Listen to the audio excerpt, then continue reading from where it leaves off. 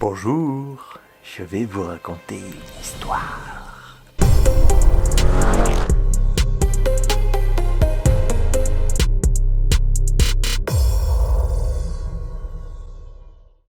Salut tout le monde, c'est Pierrot, bienvenue sur la chaîne Old American Roads. Aujourd'hui, le dernier épisode de la web-série American Trip.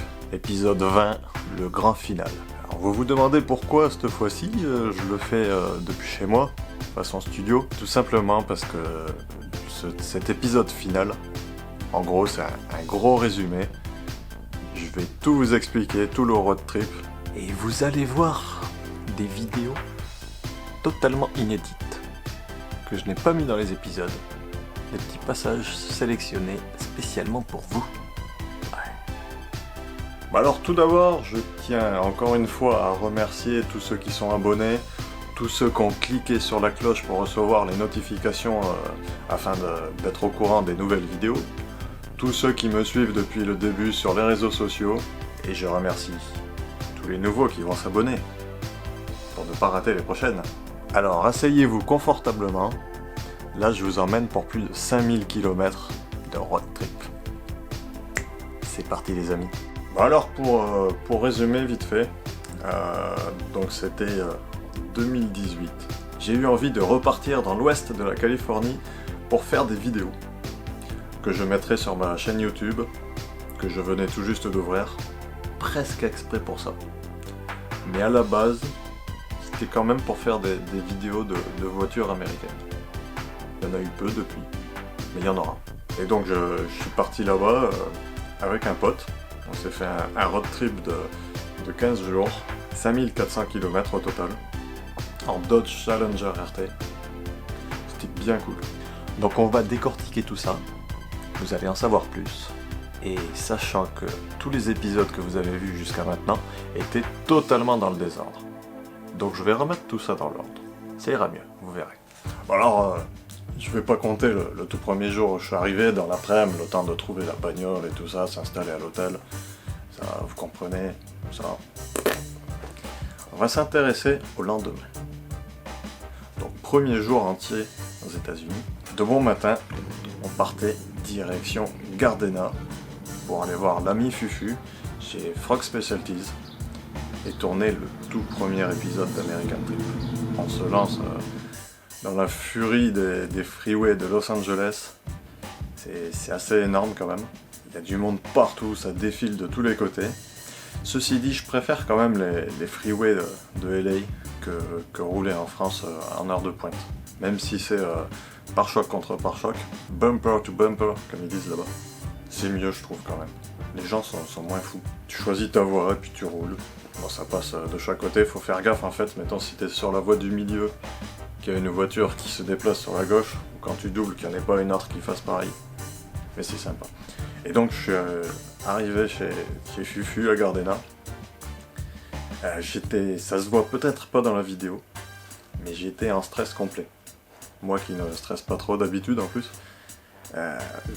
Heureusement que j'avais le stabilisateur avec la GoPro. Je sentais, je tremblais. Heureusement, Fufu, très habitué, je l'ai lancé et puis il est parti à discuter pendant 1 heure. Et ça a fait un super épisode.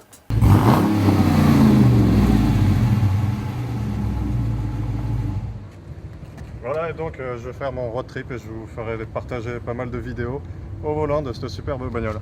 À la suite de ça, j'avais prévu de partir sur Los Angeles et les villes qui sont aux alentours pour filmer des lieux de GTA. Des vrais lieux. Par exemple, il existe l'usine de Lester. Si vous avez joué à GTA, vous voyez de quoi je parle. Le vrai bâtiment existe. Il y a plein de bâtiments qui existent en vrai. Moi, mon but, c'était pas de filmer la jetée de Monica, de Santa Monica. Mon but, c'est de trouver les endroits pas connus, comme j'ai fait dans l'épisode 4 de Sandy Shore. Avec le bordel que c'est sur la route et tout ça, j'ai pas eu le temps. J'avais quelques courses à faire pour se fringuer, parce que limite on arrivait en slip là-bas et puis on achetait des pantalons sur place, tellement c'est pas cher. Mais du coup après j'ai fait un petit détour vers Santa Fe Springs pour aller visiter Moon Eyes. Moon Eyes qui est un vieux speed shop, qui est super, c'est vraiment à voir si vous passez dans le coin. J'ai pas fait d'épisode là-bas, parce que je faisais ça comme je le sentais un petit peu. J'ai pas mal de photos par contre. Une petite vidéo, que voilà, donc là c'est un des gars en train de bosser, en train de fabriquer un enjoliveur, qui va souvent sur des hot rods, les voitures qui courent à El Mirage, Bonneville, et sur des customs aussi. Fin d'après-midi, en sortant de Moon Eyes, on a tracé directement vers Donny, qui est pas très loin, sur Firestone Boulevard, pour participer au petit car show qu'ils font toutes les semaines, et manger un petit peu là au Big Boy, c'est super bon, je vous le conseille. Et là, comme vous l'avez vu sûrement dans l'épisode qui est sorti récemment, l'épisode numéro 18, on est arrivé avant tout le monde, il n'y avait personne. Au début, je me suis dit, allez, c'est quoi ce bordel? Pourquoi il n'y a personne? Je me suis trompé de jour ou quoi? Ça a changé. Et puis c'est arrivé petit à petit, et malheureusement après, moi c'est ma batterie qui m'a lâché. Du coup, j'ai pas fait la vidéo que je voulais faire, mais je m'en suis pas trop mal sorti au montage. C'était vraiment les débuts en plus, je commençais à peine, il fallait que je prenne mes marques. Faut pas oublier que je suis un débutant encore.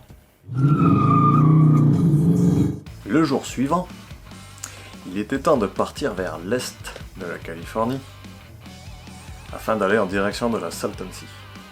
Mais d'abord, j'ai fait un petit arrêt à Corona, chez Barry's Speed Shop. Vous avez sûrement vu l'épisode. C'est un speed shop de malade avec des projets à 100 000 boules.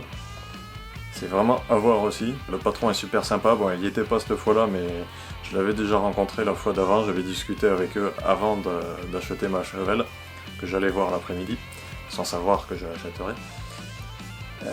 On peut se balader dans l'atelier, c'est un truc de dingue. Et ensuite, pour aller de Corona jusqu'à la Salton Sea, jusqu'à Salton City plus exactement, on a dû passer à travers la montagne. La route est magnifique. Ça a fait du bien de sortir de la highway, de la fureur de la zone de Los Angeles. Plus on s'éloignait de Los Angeles, plus ça devenait désertique, plus il y avait de grands champs, des ranchs et tout ça. C'était vraiment super top. Et la route magnifique et pas grand monde en plus. C'était vraiment génial. Et le passage que j'ai préféré, c'est celui-là. Là, il y a vraiment un point de vue vraiment incroyable. On voyait tout le désert de Borrego. Et tout au fond, même, on arrivait à voir la Salton Sea, la petite mer interne qui est en dessous de Palm Springs. C'était vraiment incroyable. Et la descente après, génial. Franchement, j'ai des souvenirs qui me restent gravés à vie. Et progressivement, on se rapprochait de la Salton Sea, il faisait de plus en plus chaud. Arrivé en bas, il faisait 41 degrés. On était bien dans la bagnole avec la clim. Et c'est pas tant le fait qu'il fasse super chaud, c'est surtout que le temps est tellement sec que c'est difficilement respirable en fait. Il y a un taux d'humidité super bas. Je crois que ce jour-là, on était vers 9-10% d'humidité. C'est très bas. Donc j'ai commencé à tourner des vidéos pour l'épisode numéro 4, pour cette comparaison entre Sandy Shores du jeu GTA et la vraie vie. Donc on a fait un demi-tour de la Salton Sea pour rejoindre plusieurs endroits qui correspondent à des lieux du jeu vidéo pour finir à Bombay Beach. Un endroit totalement bluffant. C'est désolant. En fait, c'est une ancienne station balnéaire des années 50, il me semble. Ils avaient un peu parié sur ça. Donc il y avait des motels, plein de lieux pour faire du ski nautique, du bateau, n'importe quoi. Seulement la mer est tellement salée, l'air est devenu irrespirable. Il y a les poissons qui ont commencé à crever sur la plage. C'est vraiment très spécial. Et donc maintenant, il reste que des maisons délabrées. En fait, il n'y a que les artistes qui sont contents d'être là-bas, puisqu'ils font des œuvres d'art totalement bizarres. J'ai pas tout filmé d'ailleurs, parce que moi, l'art moderne, c'est pas mon truc. Mais j'aime bien explorer des endroits abandonnés, ça c'est cool. Et surtout, là où il n'y a pas de touristes. Parce que j'ai dû croiser 2 bagnoles dans ces villes-là. J'ai demandé ma route à un mec dans Bombay Beach, parce que je cherchais le Bombay Beach Drive. En fait, c'est un lieu qu'un artiste, là j'aimais bien ce genre d'art, un artiste a transformé ça comme si c'était un drive-in, un cinéma drive-in. Donc les voitures sont placées avec un grand écran en face, et comme si elles étaient restées là depuis 50 ans, et il y a des trucs farfelus dessus, c'est marrant. Bref, je demande ma route à ce gars-là, et le gars, j'avais vraiment l'impression qu'il était sorti du jeu GTA. Vous savez les ploucs qu'il y a dans Sandy Shores, un t-shirt dégueulasse, les dents éclatées, ouais, c'était marrant. J'ai croisé un livreur UPS aussi. Bon, puis après on est remonté dans le nord pour aller se pieuter à côté de Palm Springs et admirer le coucher du soleil.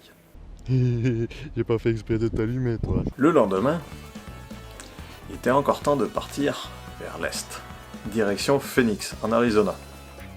Mais avant ça, on s'est arrêté à Desert Center. C'est un endroit vraiment incroyable. J'ai filmé quelques images pour l'épisode 1 où je montre la Dodge Challenger. C'est une ancienne station-service, restaurant, garage, tout ce que vous voulez, qui est abandonnée, qui est fermée depuis quasiment 10 ans. Totalement fermée, je parle. Et tout est resté intact. À travers la vitre, il y a encore le bar, les verres posés sur la table. Je pense que j'aurais dû faire un épisode sur ça. Je le regrette un peu, mais bon, c'est pas grave. J'ai fait de belles images quand même là-bas de la bagnole. Et j'ai fait un joli petit burn aussi. C'était mon premier. C'était le plus petit. Par contre, juste après, je suis monté un peu plus au nord, à quelques miles de là, genre 20 minutes de route, ligne droite. Vous savez peut-être de quoi je parle. Eagle Mountain, épisode 19. Vous l'avez vu il y a pas longtemps, je pense. Pour essayer de rentrer dans la ville abandonnée d'Eagle Mountain.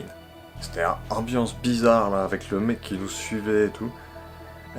Et en fait, j'ai découvert après qu'il y a une centrale photovoltaïque juste à côté, un truc énorme, des panneaux solaires sur plus d'1 kilomètre. Et c'est vachement surveillé. En plus de l'ancienne mine qui est surveillée aussi, pour pas que tout le monde y aille faire n'importe quoi, parce qu'il y en a beaucoup, ils y vont, ils dégradent. C'est pas bien. Voilà, et à la suite de ça, on a tracé direction Phoenix.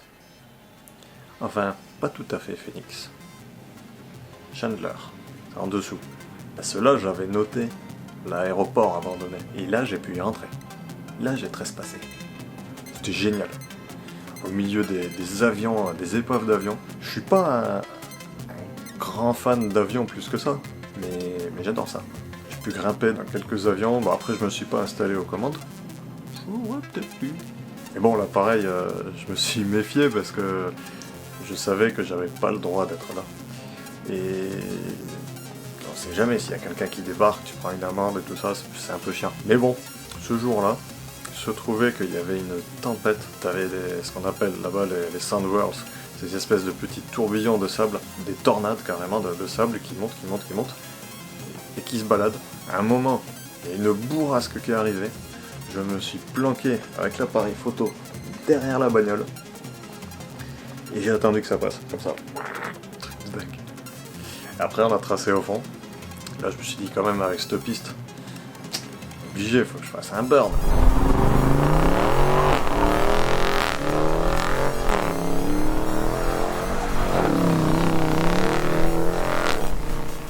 Le petit truc que vous savez pas, c'est qu'en fait, il faisait quasiment 40 degrés. La piste est tellement vieille, elle est granuleuse. J'ai fait quelques donuts comme ça. Ça m'a bouffé la moitié des crampons d'à côté. Je me suis dit merde, on en est qu'à 3 jours de road trip. Et déjà les pneus ils sont presque morts. Il va falloir faire attention. Et on a continué de rouler comme ça, je vérifiais souvent l'état des pneus à l'arrière pour voir si ça s'usait pas plus. Mais bon, ça va. Le jour suivant, on s'est levé de bon matin pour aller faire 2 vidéos dans Phoenix. La première, si vous n'avez pas vu l'épisode, je vous conseille d'aller le voir. C'est l'épisode numéro 12. Donc ils font un petit rencard tous les mois, le second samedi de chaque mois, chez Socal Speed Shop Arizona. C'est génial, de bon matin. Par contre, il faut y aller quand même assez tôt, parce que là, j'y suis allé, c'était même pas 9h, et déjà quand il y a des bagnoles qui commençaient à partir, parce qu'il faut pas oublier, on est en Arizona, le soleil tape fort. Là, il y avait des hot rods de dingue. Et j'adore ce petit atelier parce qu'il est super tranquille et tout ça. Et à l'intérieur, il y a le magasin. J'en voudrais plein des supermarchés comme ça, des pièces dans tous les sens. Bref, le top. Suite à ça, on a tracé un peu plus haut au nord pour aller chez Desert Valley Auto Parts. C'est l'épisode 10, vous connaissez sûrement si vous avez regardé Desert Car Kings. Et en plus, j'avais quelques pièces à trouver pour la Chevelle, donc ça tombait bien. Après ça, on a tracé un peu plus au nord pour rejoindre Flagstaff et prendre la route 66 vers l'est encore. Là je détaillerai pas trop, j'ai pas fait de vidéo. Je me suis arrêté à la Gold King Mine. C'est une ancienne mine en fait qu'ils ont réaménagée en junkyard avec toutes des bagnoles, des camions dans tous les sens. C'est super chouette. Je mettrai bien entendu bientôt des photos sur la page Facebook. Donc après on a pris un petit bout de 66 jusqu'à Winslow. Très sympa Winslow, petite ville. Mais c'est surtout le lendemain qu'on a bien tracé sur la route 66, en essayant toujours de choper les vrais morceaux, les vrais tronçons de route 66 qui restent. Il y en a pas des masses, il y en a beaucoup qui sont bouffés par l'Interstate 40, mais on en trouve encore, des fois ça s'appelle Frontage Road. Et sur la 66, à un moment, je m'arrête parce que je vois une petite station abandonnée, et puis là, je vois un panneau marqué Loopton. Je dis, putain, Loopton, ça me dit un truc. Je sais que j'avais noté quelque chose là-dessus. Parce que tous les lieux, en fait, je l'ai noté sur Google Maps. Dès que tu as un lieu qui est sympa, tu enregistres.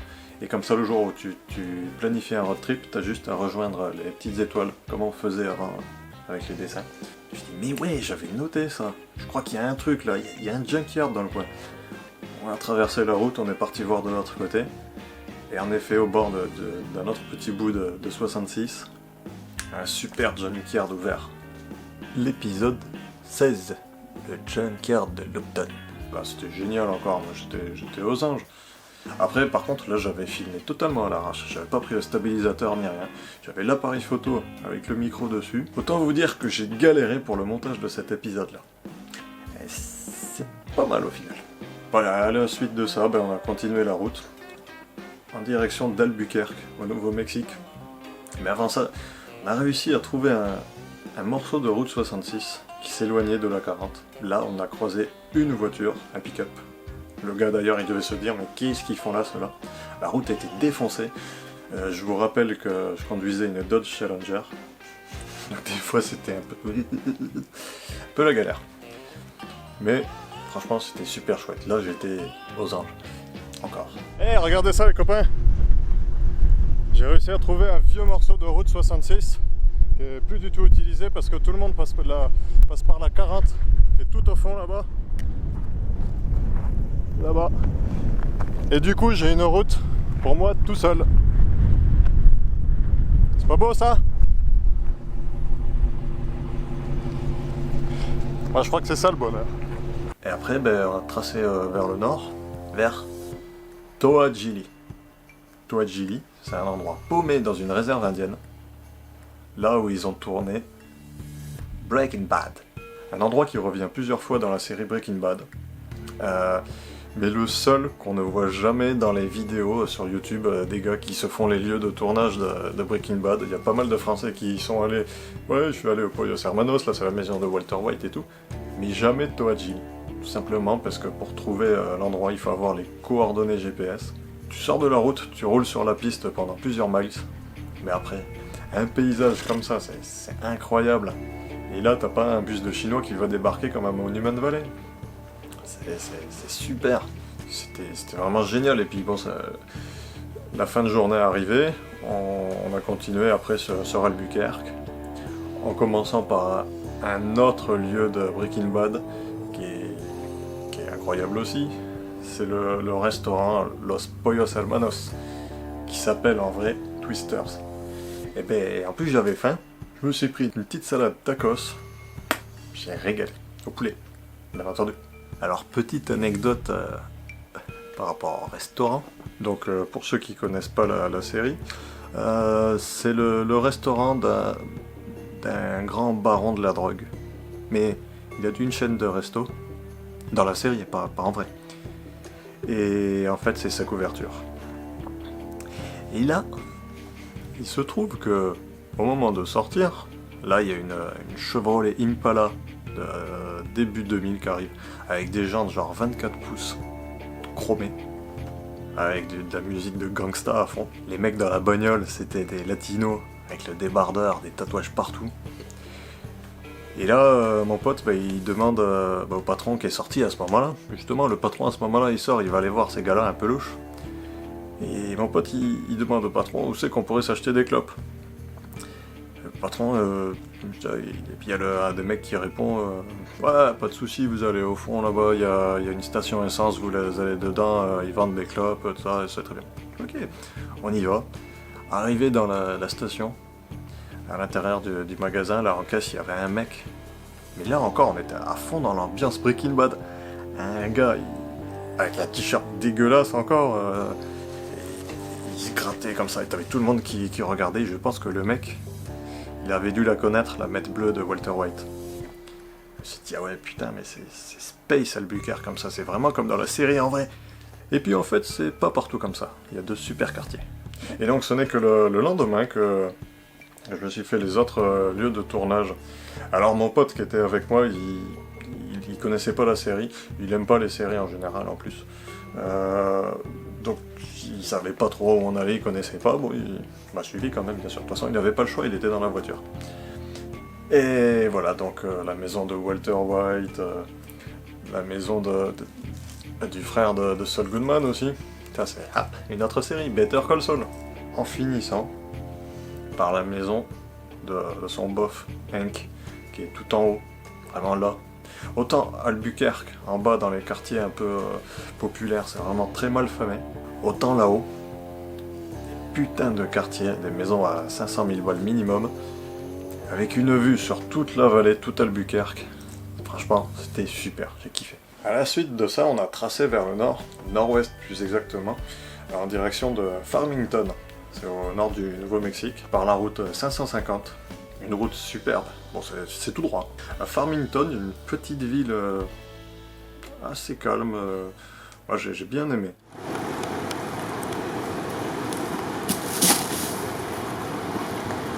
On voit qu'elle est bien dégueu.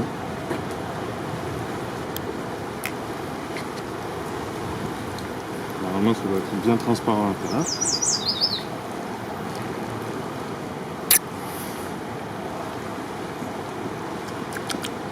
Elle est bonne. Nickel, de l'eau gratos. Et le lendemain matin, on a tracé. Là, c'était vraiment la plus grosse journée du road trip, en passant par un petit bout de Colorado. Genre, on est resté demi-heure dans le Colorado, pour aller à Bluff. Je suis allé là-bas pour tourner l'épisode numéro 11, tout simplement parce qu'il y avait une voiture. Je l'explique dans la vidéo. Il y a pas mal d'années, j'ai trouvé un puzzle dans un vide-grenier d'une bagnole. Et que je me suis juré un jour de trouver cette voiture et d'y aller. J'ai eu de la chance quand même, c'était un endroit assez connu. Donc j'ai retrouvé cette voiture, je suis allé là-bas pour la voir et j'en ai fait une vidéo. Et c'était chouette. Et après on a continué en partant vers le sud-ouest. On est descendu vers Monument Valley. Là aussi des paysages de dingue. Tu roules là quand tu passes dans la Valley of God et tout ça. La vallée des dieux en français, ça passe mieux. Après, je suis pas allé dans le parc Monument Valley. On n'a pas dormi tout simplement parce que au niveau du timing ça passait pas. Et parce que pour réserver là-bas, il faut réserver 6 mois à l'avance pour y dormir à l'intérieur. C'est un truc de dingue. Et niveau tarif, t'as intérêt de réserver 6 mois à l'avance. Par contre, on est descendu plus bas pour aller voir le Grand Canyon. Ça aurait été dommage de louper le Grand Canyon. J'ai pas fait d'épisode sur le Grand Canyon pour une raison simple, c'est que c'était blindé de touristes, du monde partout. J'ai quand même filmé, j'ai réussi à faire des images du canyon sans les gens autour. C'était genre il fallait attendre ton tour, puis te caler entre les gens comme ça, avec la caméra. C'était spécial. Moi c'est un des endroits que j'ai le moins aimé, malgré que ça soit magnifique. T'as plus de 2 km de profondeur. Si t'as le vertige, ça va te faire bizarre. Voilà, après le Grand Canyon, on est descendu sur Williams pour rattraper la route 66 à nouveau. Et à l'aube du 8e jour de road trip, on est reparti sur la route 66, mais à l'ouest cette fois-ci. Encore une fois, le but c'était de faire le plus possible de Route 66 originale. Donc là c'est un peu plus facile de ce côté-là. Il y a plein de petits passages, passés par Seligman, East Springs, et descendu après sur Hackberry, avant Kingman. Hackberry, où j'ai tourné un épisode aussi. C'est quel numéro? Tu le sais? Je sais pas. C'est l'épisode 14. Hackberry, j'y étais déjà allé en 2009. Là, il y avait beaucoup plus de monde parce que c'était un peu plus tard dans la matinée. J'adore cet endroit. C'est un peu, les bagnoles, elles sont disposées exprès pour les touristes parce que faut pas oublier qu'au milieu de tout ça, c'est quand même un magasin de souvenirs. Mais c'est super sympa. Franchement, je vous le conseille. Donc après, forcément, j'ai tracé vers Kingman. Là, je me suis arrêté dans une casse pour trouver des pièces pour mon GMC. Casse super sympa encore. Tu payes $1 pour rentrer. Et puis après, tu farfouilles comme tu veux. J'ai trouvé ce qu'il me fallait.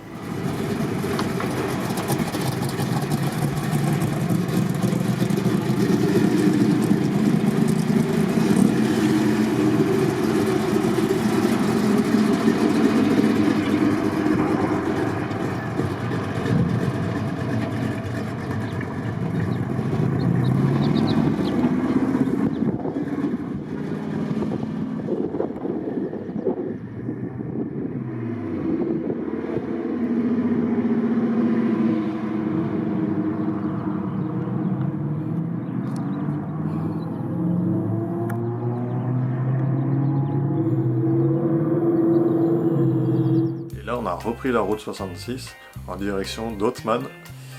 Ottman, c'est une petite ville qui est posée sur la montagne.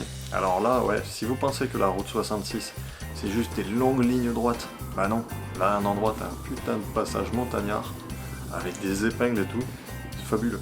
Ottman, c'est la ville où il y a des ânes. T'as des ânes en liberté. Alors, ils sont contents les ânes, t'as tous les touristes qui achètent de la bouffe exprès pour nourrir les ânes et qui les nourrissent. Alors après, pareil, là, c'est hyper touristique. C'est vraiment un arrêt obligé quand tu fais la route 66 et que tu es un touriste.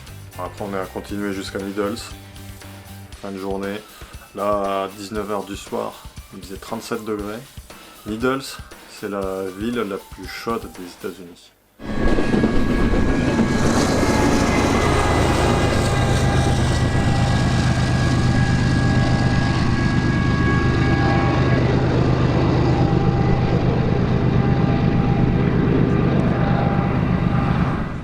Donc après Needles, on continue toujours la route 66, là de bon matin, avec un petit arrêt bien entendu vers Amboy, le Royce Mountain Café. Ça c'est un endroit incontournable de la route 66 qui est mythique aussi.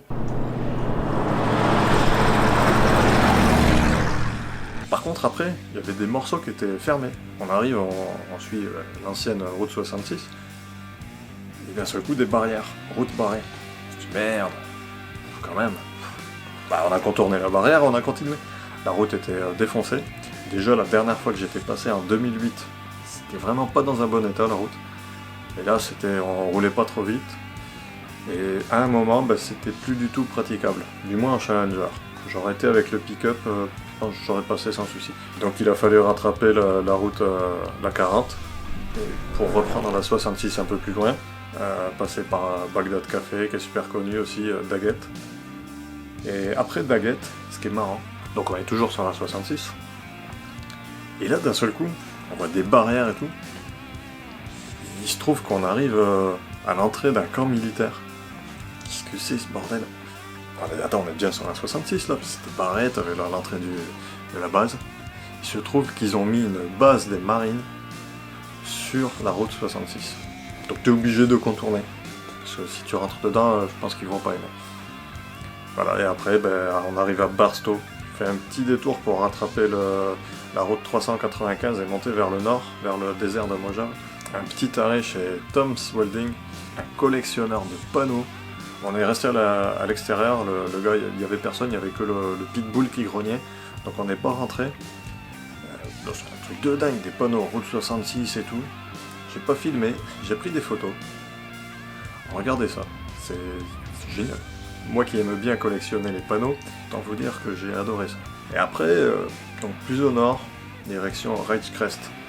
Mais avant d'aller à Ridgecrest, j'ai fait un petit détour vers une ville fantôme, totalement Far West. Là par contre, mon gros regret de ne pas avoir fait une vidéo sur ce lieu, c'est Randsburg. Tout est quasiment à l'identique de l'époque. Il y a encore tous les vieux magasins mercantiles et tout ça. C'est un beau petit détour à faire. Je vous conseille d'y aller. En plus, il n'y avait personne. Là, pour le coup, ville fantôme, j'ai vu personne. T'as tout le monde qui s'entasse dans les villes fantômes, style Calico, Body et tout ça, qui sont superbes. Hein. Mais c'est des pièges à touristes. Tout est vraiment fait pour le touriste. Alors que là, c'est juste qu'il n'y a personne et que c'est resté comme avant. C'est génial. C'est ce qu'on veut. Après, on a tracé vers Reichskrest. Allez, ça c'est cadeau pour certains d'entre vous. Ok Google, c'est quoi un pony-car? Voilà les amis, c'est fini pour cette première partie de l'épisode 20. Ouais, parce que c'est tellement long que j'ai eu envie de le faire en 2 parties pour que vous profitiez un max. Et on se retrouve très bientôt dans la seconde partie. Attention, surprise, je vous dis pas ce qu'il y aura dedans, mais vous devinerez peut-être les autres épisodes. N'oubliez pas de vous abonner, de cliquer sur la cloche si c'est pas encore fait. On se retrouve très bientôt. En attendant, on se cause sur les réseaux Instagram, Facebook. Ciao tout le monde.